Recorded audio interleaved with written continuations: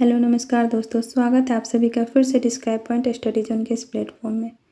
जैसा कि आप सभी जानते हैं कि झारखंड सहायक आचार्य में 26,001 सीट है और वो जो सीट है उसमें बहुत ज़्यादा सीट जो है खाली है। तो क्या इन खाली सीट पर सेकेंड डिवी लिस्ट जारी किया जाएगा?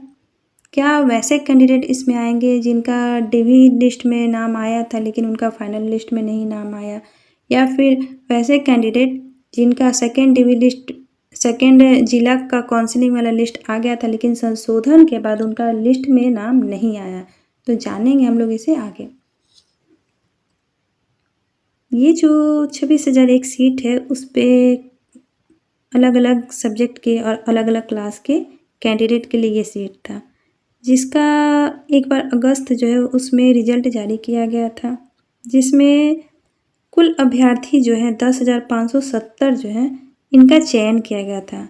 1 to 5 हो, भाषा हो या सामाजिक विज्ञान हो या विज्ञान का विषय हो, इन सभी सब्जेक्ट को मिलाकर के जो कैंडिडेटों की संख्या थी वह 10,570 थी। लेकिन इन लोगों का जो रिजल्ट है उस पर सरकार के द्वारा रोक लगा दी गई और कहा गया कि ये जो रिजल्ट है वो अमान्य है। इसमें वैसे कैंडिडेट जो ओबीसी में आते हैं, ठीक है, वो जनरल में नहीं जा सकते।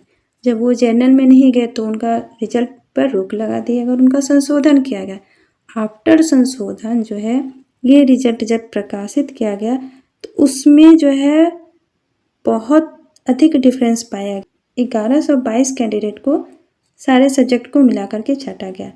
कुल रिजल्ट कितना प्रकाशित किया गया?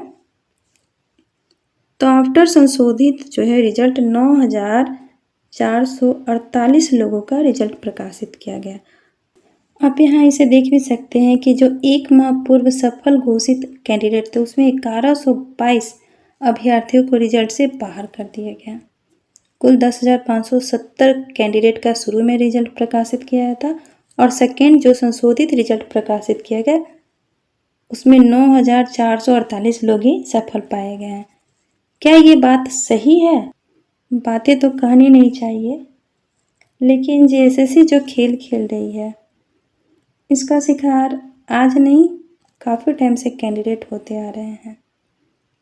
खैर छोड़िए इस बात को। हम देखते कि जो सीट बच गई यानी 26,001 सीट था जिसमें 9,448 लोगों का ही रिजल्ट प्रकाशित किया गया। तो बाकी बचे हुए सीट का क्या हो गया? बाकी बचे हुए सीट का क्या होगा? क्या इस सीट पर सेकेंड डिवी लिस्ट जारी किया जाएगा? तो जारी जो रिजल्ट आएगा तो किनका इसमें नियुक्ति होगा इसे भी हम लोग देखते हैं। देखिए ये जो सहायक आचार्य है इसमें बहुत सारे ऐसे कैंडिडेट हैं जो कोर्ट से जुड़े हुए हैं, जो केस से जुड़े हुए हैं। चाहे आप 5% को ले लीजिए या फिर ओबीसी का ही ले लीजिए कि ओबीसी का जो जनरल में जाना उसको लेकर के हो, या फिर जिनका रिजल्ट नहीं आया है नॉर्मलाइजेशन को लेकर के हो। बहुत सारे ऐसे कैंडिडेट हैं जो कोर्ट से जुड़े हुए हैं। तो अब मुद्दा आता है कि फिर वही बात कि जो कोर्ट से जुड़े हुए हैं और जो कोर्ट से नहीं जुड़े हुए, रिजल्ट किनका प्रकाशित किया जाएगा? तो देखिए अधिक से अधिक संभावना है कि वैसे कैंडिडेट जो अपने उचित मांग को लेकर के कोर्ट गए हुए हैं। तो बात ऐसी है कि देखिए जो सेकेंड लिस्ट है, ठीक है, मेरिट लिस्ट जो बनेगा सेकेंड किनका बनेगा? ज़्यादातर संभावना है कि वैसे कैंडिडेट जो कोर्ट गए हैं, क्योंकि साफ साफ लिखा हुआ है कि जो भी परिणाम घोषित किया गया था वह कोर्ट के आदेश के अनुसार ही प्रभावित होगा।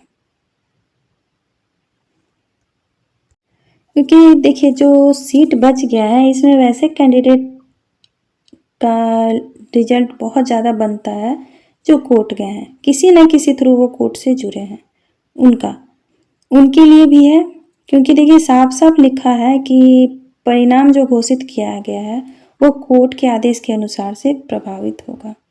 उसमें थोड़ा बहुत हो या ज़्यादा हो सके किसी का जिला चेंज कर दिया जाए या किसी तरह से, लेकिन उसमें प्रभाव पड़ेगा।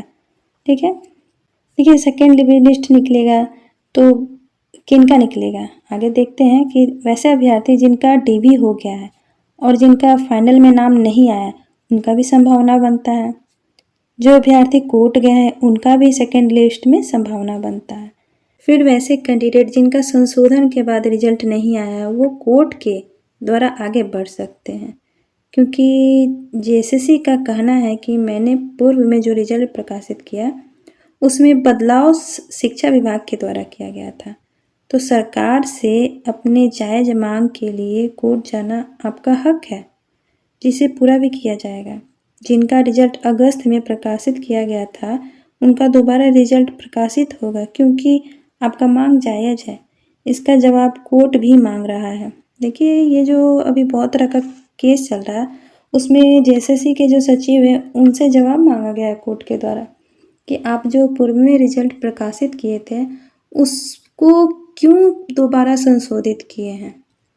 ठीक है, तो ये जब जवाब जेएसएससी देगी, तो उसके बाद जो परिणाम आएगा, उसके बाद जो उसका असर होगा, वो जो प्रकाशित परिणाम है उस पर भी असर पड़ेगा।